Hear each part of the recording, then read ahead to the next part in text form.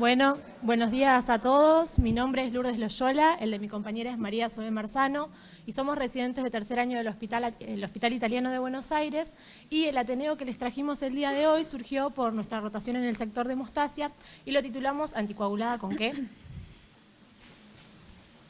¿A dónde? Sí, ¿no?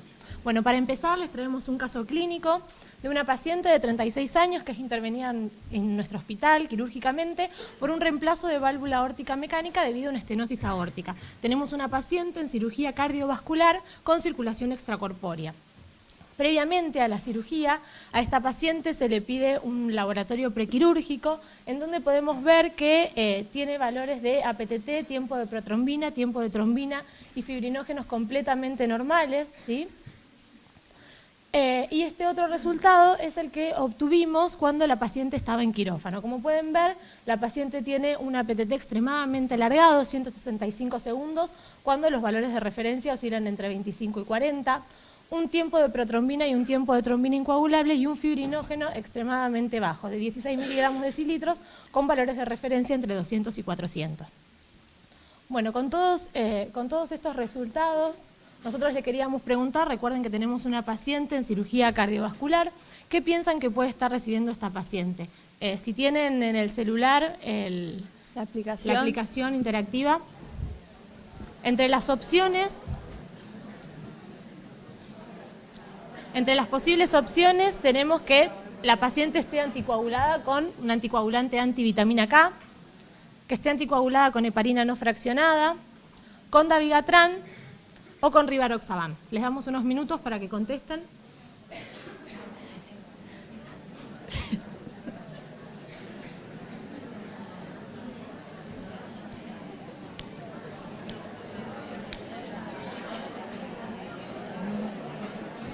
Y ponen en la pantalla. Si aprieto el que sigue, aparece el resultado. No toqué nada vos Yo todavía. no toco nada, se aparece en la pantalla. Creo que sí. Bueno. ¿Ya está? 5 minutos. 5 minutos son. No, esperen.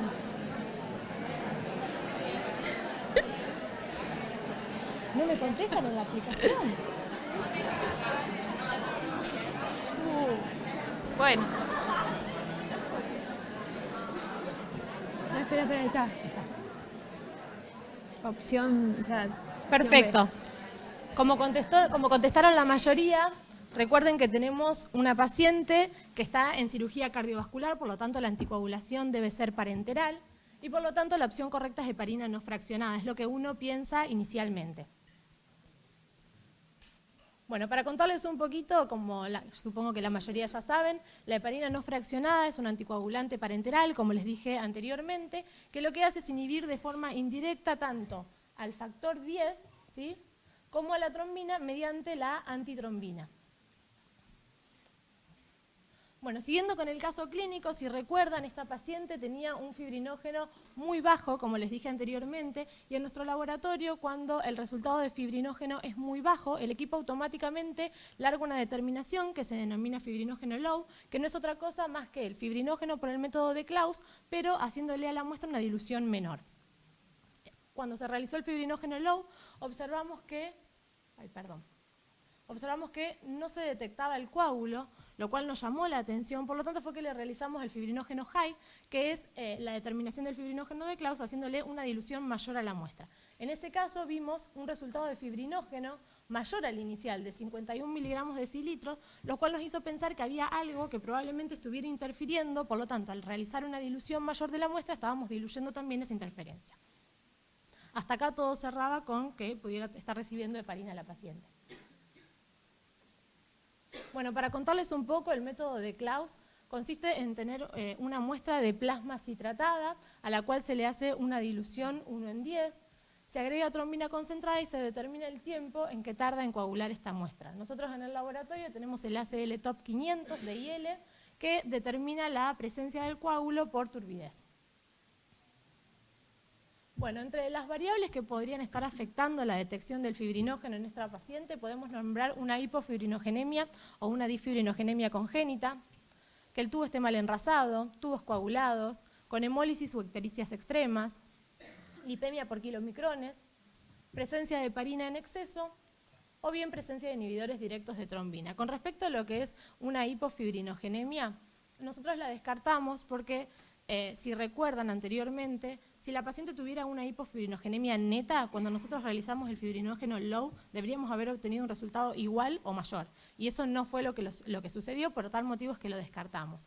Una disfibrinogenemia congénita, la paciente, o sea, en ese caso el resultado de fibrinógeno va a estar alterado, sin embargo, el prequirúrgico tendría que también haber estado alterado y la paciente tenía 255, un valor completamente normal. Es por eso que la hipofibrinogenemia o la disfibrinogenemia congénita las descartamos. Acá les traemos una foto del tubo que llegó al laboratorio. Si pueden ver, el tubo está bien enrasado, por lo tanto descartamos que, que el tubo estuviera mal enrasado. La muestra no estaba coagulada, lo revisamos. Si la muestra no está ni hemolizada ni ictérica, por lo tanto también lo descartamos, ni tampoco tiene lipemia por kilomicrones. Con esto es que nos quedamos con presencia de heparina en exceso o de inhibidores directos de trombina. ¿Por qué estos dos anticoagulantes podrían estar afectando la determinación de fibrinógeno? Porque si recuerdan, cuando yo les expliqué el método de Claus, tenía trombina en exceso. Y cualquiera de estos dos, ya sean inhibidores directos de trombina o la heparina, que es indirecto, van a estar inhibiendo la trombina y afectando la determinación de fibrinógeno, no por el fibrinógeno en sí, sino por disminución de esa trombina en exceso. Bueno, siguiendo con nuestro caso clínico, simultáneamente con las muestras que mandaron, llega un ROTEM. Les voy a contar brevemente, para no aburrir, en qué consiste. Es un sistema de diagnóstico in vitro que lo que permite es la indicación tanto cuali como cuantitativa del estado de coagulación de la muestra de sangre entera para poder establecer una terapia específica. El sistema registra tanto la formación como la retracción y lisis del coágulo y es sensible a los niveles de distintos componentes de la coagulación, así también como a la presencia de fármacos, como sería el caso de anticoagulantes. Y los resultados posteriormente son representados de forma gráfica. Este es el equipo que tenemos en el laboratorio, el ROTEM Delta, y para explicarles brevemente el fundamento, el equipo consta de una cubeta cilíndrica plástica y un eje que rota permanentemente. En este eje se coloca un pistón también plástico y para procesar la muestra se coloca la sangre entera dentro de la cubeta plástica y se coloca todo en el sistema de medición. Inicialmente, cuando no haya coágulo, que la muestra no esté coagulada, este rotor va a poder girar libremente, teniendo la mayor amplitud de giro. Sin embargo, a medida que la muestra comience a coagularse, este coágulo va a comenzar a adherirse tanto a la placa, a la cubeta, como al pistón, y el eje de rotación va a empezar a verse impedido, disminuyendo la amplitud. Y todo esto, posteriormente, va a quedar determinado en un gráfico. Este sería un gráfico normal, antes de mostrarles nuestra paciente. Los parámetros más importantes, para contarles un poco, es el CT o clotting time, que es el tiempo desde que comienza la determinación hasta que se alcanza una amplitud de 2 milímetros y va a estar influido principalmente por deficiencia de factores de la coagulación o bien por la presencia de inhibidores. El otro parámetro es el CFT o el tiempo de formación del coágulo. Este parámetro corresponde al tiempo desde que la amplitud es de 2 milímetros hasta lograr una amplitud de 20 milímetros. En este caso, este parámetro va a estar influenciado principalmente por lo que es la generación de trombina, la presencia de plaquetas, fibrinógenos y en menor medida déficit de factores o presencia de anticoagulantes. Después también tenemos el MCF, que es la firmeza máxima del coágulo, que está relacionada no solo con las plaquetas y la trombina, sino que también está relacionada a la firmeza, al factor 13 que tiene ese coágulo, y también es relacionada con la lisis. Se sabe que si la amplitud esta es baja, vamos a tener un coágulo con una firmeza baja y mayor posibilidad de sangrado. Y por último, la lisis a los 30 y la máxima lisis están relacionadas con el proceso de fibrinolisis. En este caso es a un tiempo determinado, que es los 30 minutos, y se estudia el coágulo remanente, mientras que la máxima lisis no es a un tiempo determinado, sino que es la máxima lisis al finalizar el estudio. Bueno, ahora sí, siguiendo con siguiendo con el caso clínico, estas es las gráficas de nuestra paciente. Si pueden ver, tenemos en los 3 casos el extem, para contarles un poquito, está relacionado con lo que sería la vía extrínseca de la coagulación en las pruebas básicas. El INTEM correspondería a la vía intrínseca o APTT y el FIBTEM al fibrinógeno por el método de Claus. Y si vemos los valores de CT, que yo les dije que estaban relacionados con déficit de factores o presencia de anticoagulantes, en todos los casos podemos ver que está alargado. El CT del extem o el FIBTEM rondan puede ser normal hasta 80 segundos, teniendo valores en ambos que rondan los 300 segundos. Y en el caso del INTEM, el CT normal es hasta 240 segundos, y en este caso tenemos un valor de 450 segundos. En todos está muy alargado, ¿sí? Además, otro parámetro que nos llama la atención es la amplitud del FIBTEM, lo que nos habla de un fibrinógeno disminuido. Y con todo esto, nosotros empezamos a pensar que podía estar recibiendo la paciente nuevamente heparina, coincide con esto, que tenga una deficiencia de fibrinógeno, deficiencia de factores o inhibidor directo de trombina. Junto con estas 3 determinaciones nos llega el EPTEM, que es una determinación que se larga en paralelo con el INTEM, y lo que tiene además, como extra, es heparinasa, que lo que hace es degradar la heparina y nos permite saber si esta paciente está recibiendo o no heparina. Se hace una relación en donde uno estudia el CT del EPTEM sobre el CT del INTEM, ¿sí? Y si ese valor es menor a 0,80, uno habla de presencia de heparina, y si es mayor a 0,8, uno habla de ausencia de heparina.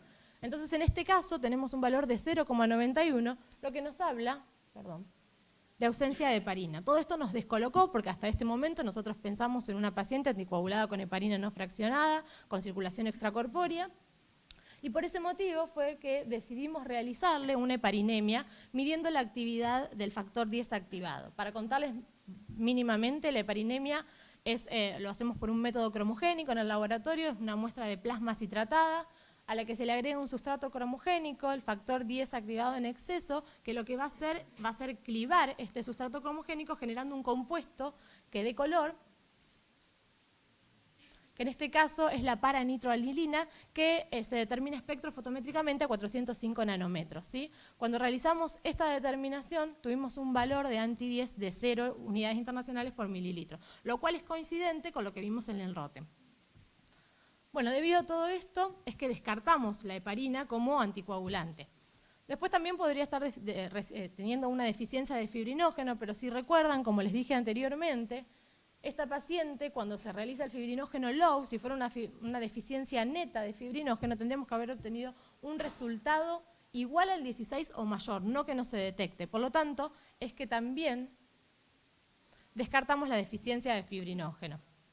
La deficiencia de factores no pudimos descartarla porque a esta paciente no se le dosaron todos los factores. Sin embargo, es muy poco probable que una paciente tenga un déficit de factores tanto de vía extrínseca como vía intrínseca y en una deficiencia tal para poder tener valores de ROTEM de esta forma, ¿sí? CT tan alargados. Es por eso que los descartamos y nos quedamos pensando que podía estar recibiendo un inhibidor directo de trombina. Dentro de los inhibidores directos de trombina parenterales podemos nombrar a la irudina, a la vivalirudina y a la lepirudina. Bueno, con todo esto llamamos al médico, le contamos que el ROTEM que habíamos realizado, el EPTEM no corregía, lo que nos decía que la paciente no estaba recibiendo heparina, que le hicimos una heparinemia y nos dio 0.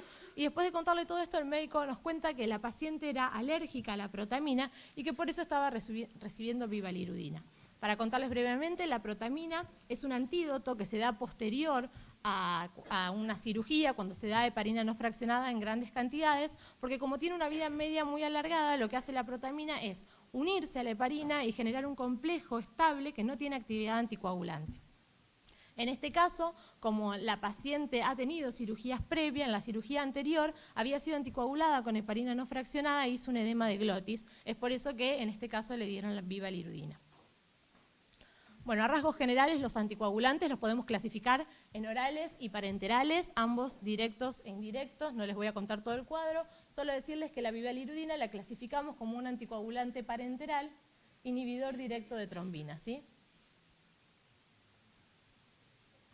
Bueno, como todos sabemos, la coagulación puede iniciarse por dos vías. Una es la vía intrínseca, que la estudiamos por el APTT, que comienza cuando se exponen cargas negativas, en donde la precalicreína es activada calicreína, la calicreína activa el factor 2 y se genera toda una cascada de coagulación. Por otro lado, puede comenzar por la vía extrínseca de la coagulación, que la estudiamos con el tiempo de protrombina. En este caso, la vía se activa cuando se produce un daño en el endotelio. Esto genera la liberación del factor tisular, que al unirse al factor 7 se activará y comenzará todas las cascadas. Ambas vías van a generar la activación del factor 10, ¿sí? Que este va a activar la trombina y se generará la vía común de fibrinoformación. La trombina tiene muchas funciones que son importantísimas en lo que es la coagulación, ya que no solo transforma el fibrinógeno en fibrina, sino que también activa el factor 13 que es necesario para generar un coágulo estable, activa tanto los cofactores 5, 8, 9, también activa plaquetas y todo esto genera un aumento de la cascada y estimula la coagulación sanguínea. En nuestro caso, como les dije, la bivalirudina inhibe directamente en este punto.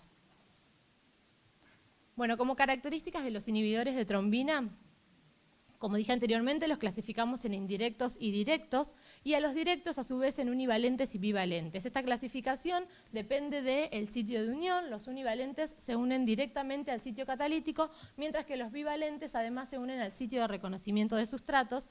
En el caso de la bivalirudina es bivalente. Bueno, como características, los inhibidores directos de trombina inhiben tanto a la trombina unida al coágulo como a la trombina libre. Se unen a la trombina en el sitio activo, como les mostré anteriormente, y proporcionan respuestas anticoagulantes más predecibles, ya que no se unen a proteínas plasmáticas ni tienen interacción fármaco-fármaco. Bueno, ya entrando en la bivalirudina, como les dije ya muchas veces, es un inhibidor directo de trombina, ¿sí? Se trata de un polipéptido sintético bivalente de 20 aminoácidos.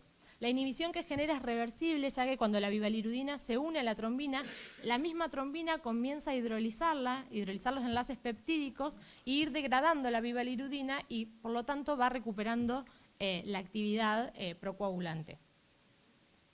No requiere ningún cofactor para su acción, ya que actúa directamente sobre la trombina y no se conocen antagonistas, pero sin embargo no es necesario porque la bivalirudina, debido a que la inhibición es reversible, tiene un tiempo de vida media corta y inmediatamente cuando uno deja de administrar el anticoagulante los efectos comienzan a revertir.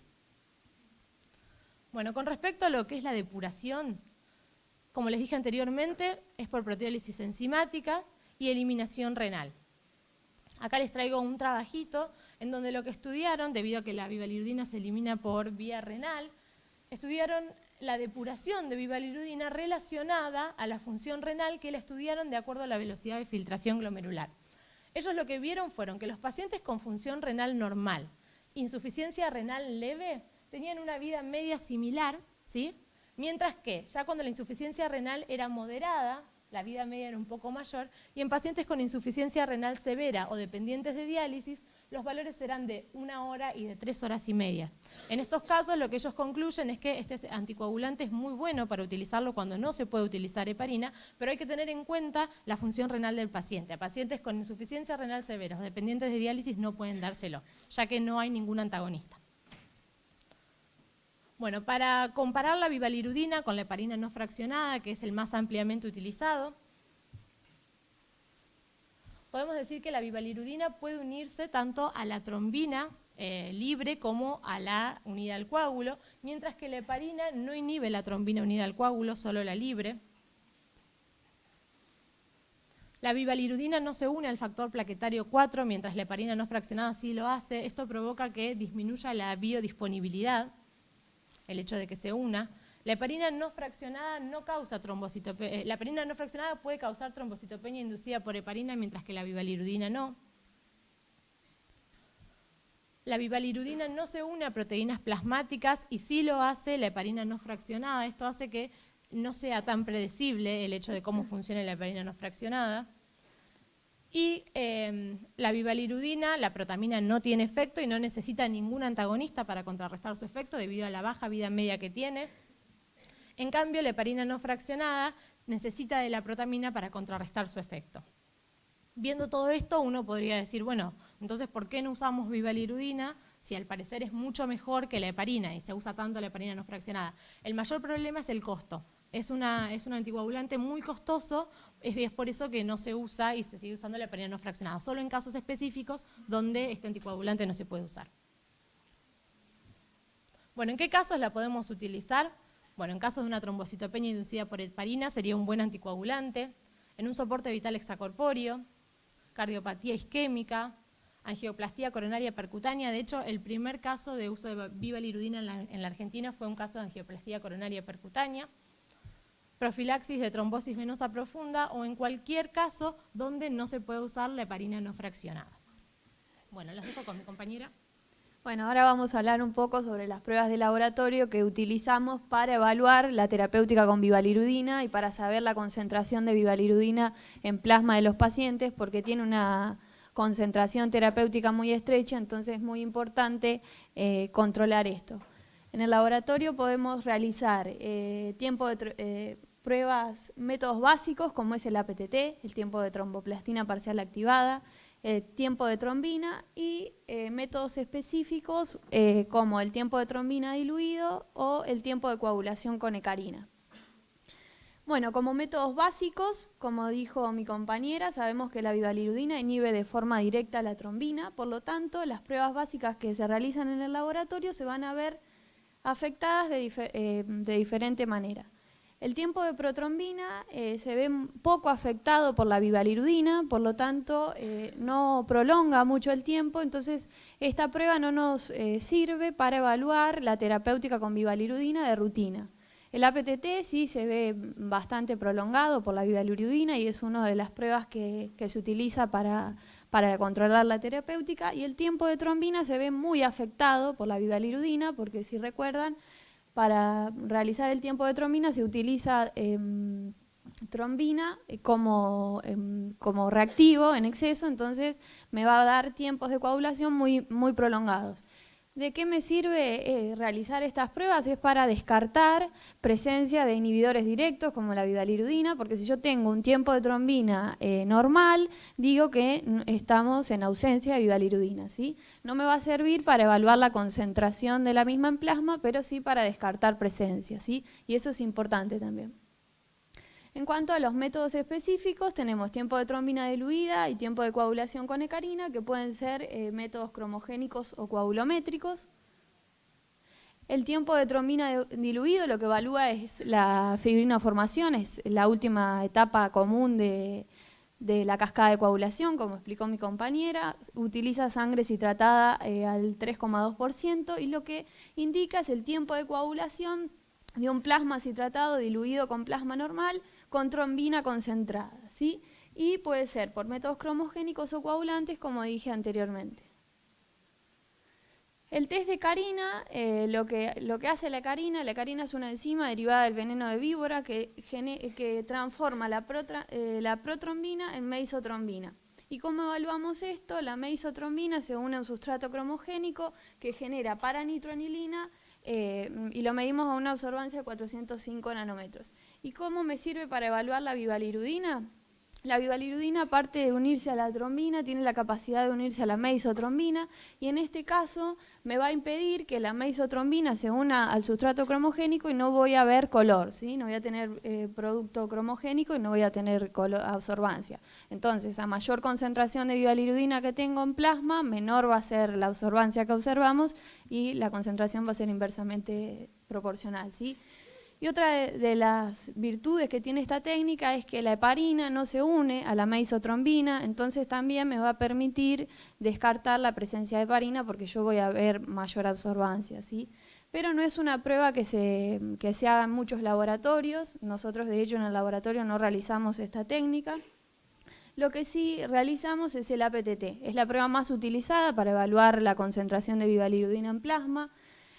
Por literatura, el rango terapéutico de bivalirudina que se vio es de 0,6 a 1,8 microgramos mililitro, que corresponden a una razón de APTT de 1,5 a 2,5, ¿sí? Es un rango estrecho, por lo tanto hay que evaluarlo correctamente, y es muy importante que cada laboratorio realice estas curvas para ver la razón de APTT, porque va a depender mucho de los equipos que utilicen y los reactivos, ¿sí?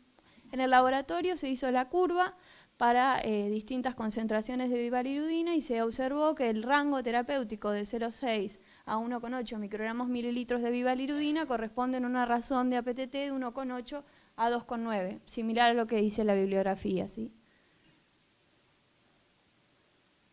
Bueno.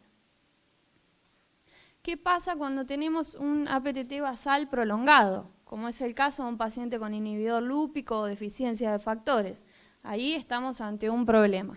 Bueno, para explicar un poco eso, traemos otro caso clínico para ejemplificar qué podemos hacer con esos pacientes en donde el APTT no se puede utilizar para evaluar la terapéutica con bivalirudina por este problema que es prolongado. Presentamos esta paciente, que es una paciente de 41 años de edad, extabaquista, obesa, con antecedentes de múltiples episodios trombóticos, con tratamientos anticoagulantes irregulares.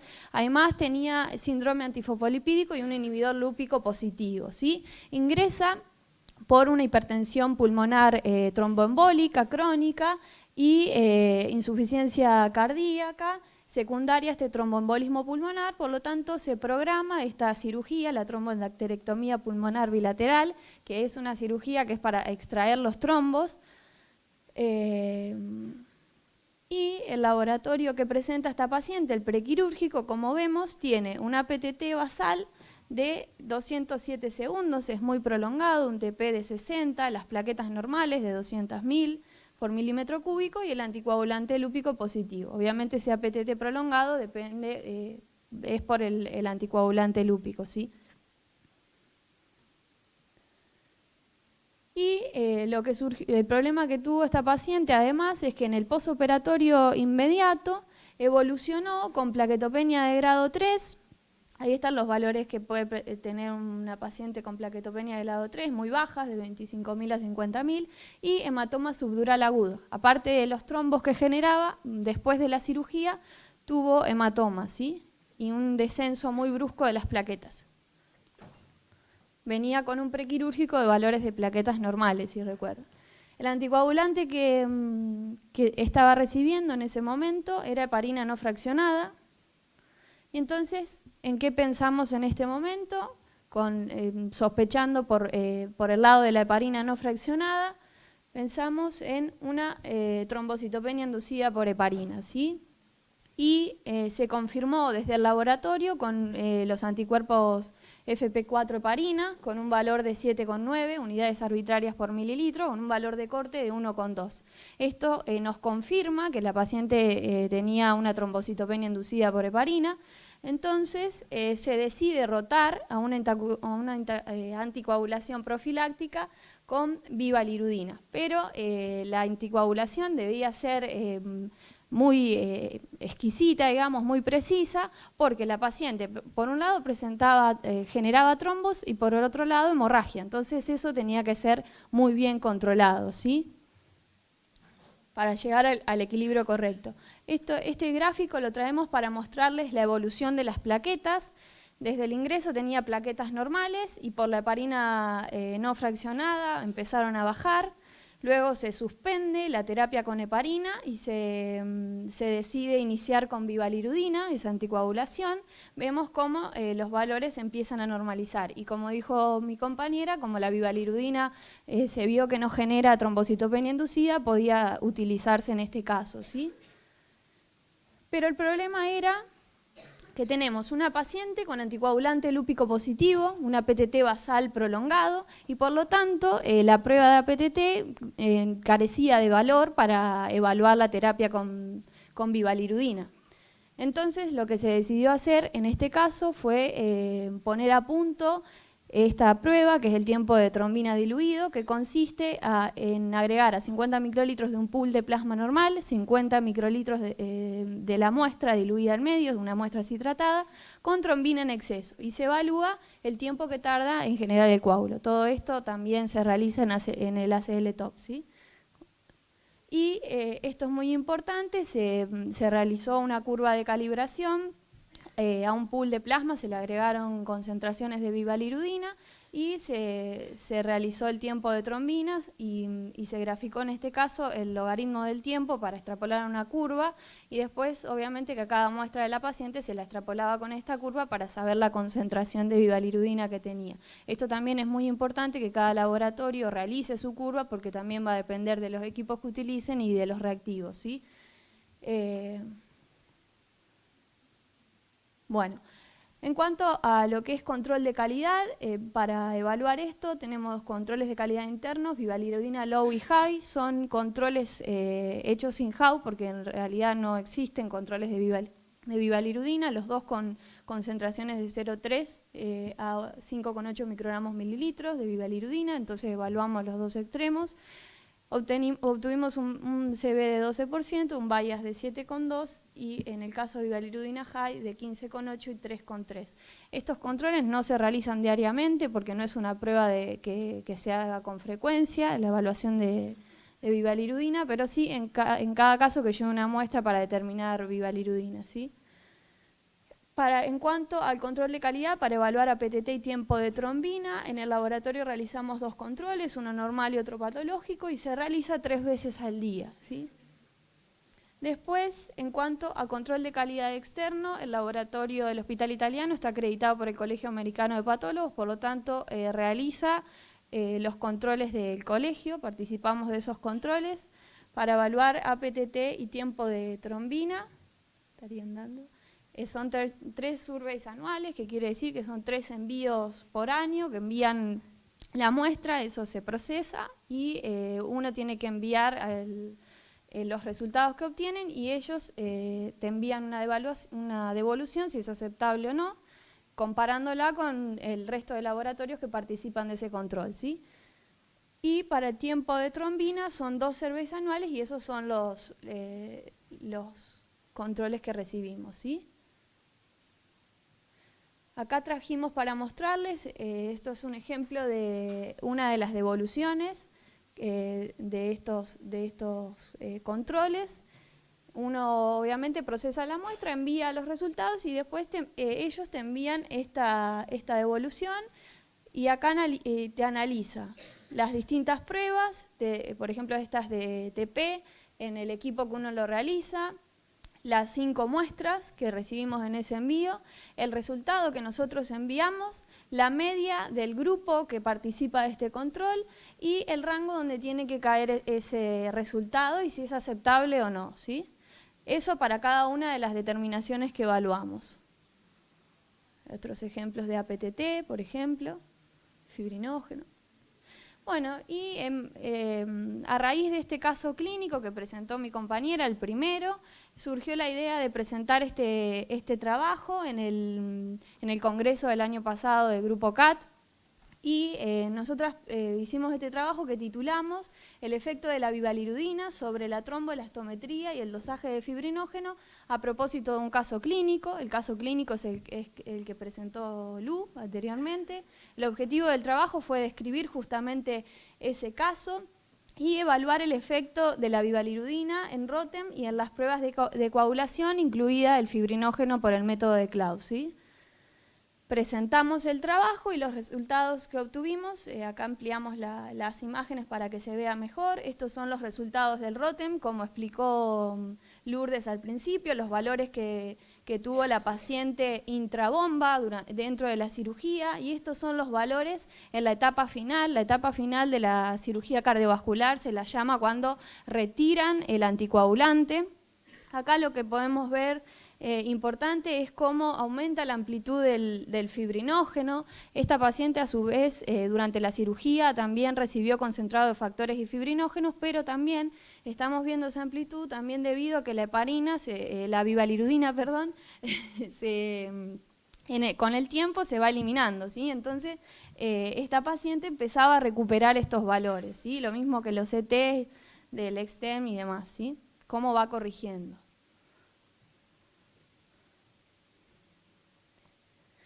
En el gráfico 1 lo que evaluamos es cómo corregía los valores de APTT y fibrinógeno por el método de Claus en post-cirugía. Los puntos corresponden a las 3, a las 6 y a las 11 horas posteriores a la cirugía, y vemos cómo mejora el APTT y también mejora el fibrinógeno.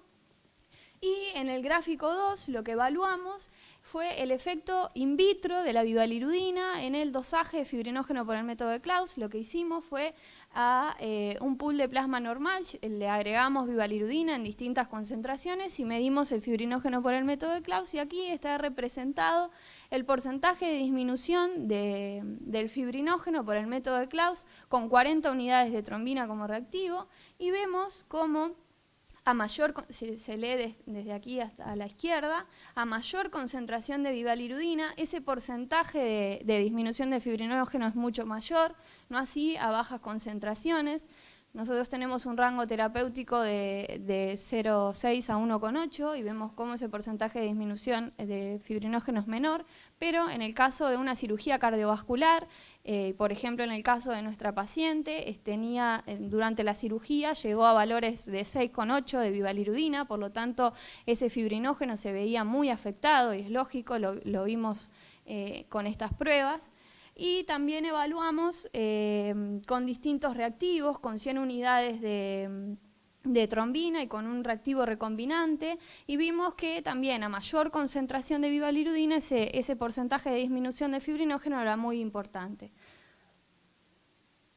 Bueno, y como conclusión, es muy importante conocer el efecto de la bivalirudina sobre los parámetros de tromboelastometría y fibrinógeno, así también como las pruebas básicas como TP y APTT, para tener una conducta terapéutica adecuada e interpretar bien esos resultados, y más aún cuando tenemos un paciente en cirugía cardiovascular con circulación extracorpórea donde se utilizan concentraciones de bivalirudina muy altas, ¿sí?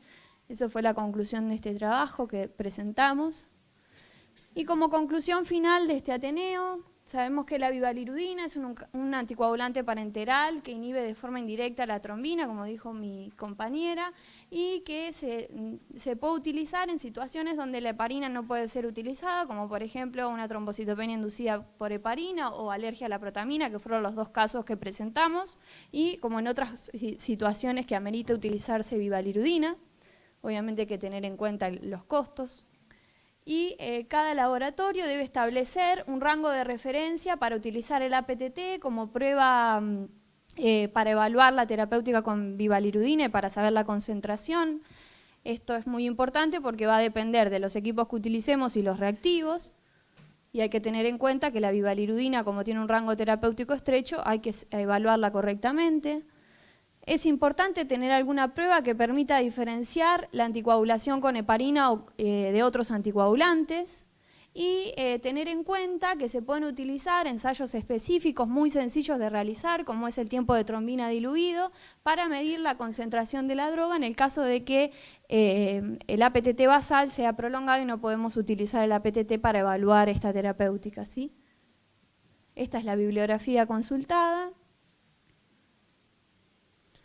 Y bueno, muchas gracias a nuestras compañeras de residencia y a todo el personal del sector de hemostasia del laboratorio que nos ayudaron a armar este Ateneo, y a todos ustedes por escucharnos. Y bienvenidos a los R1.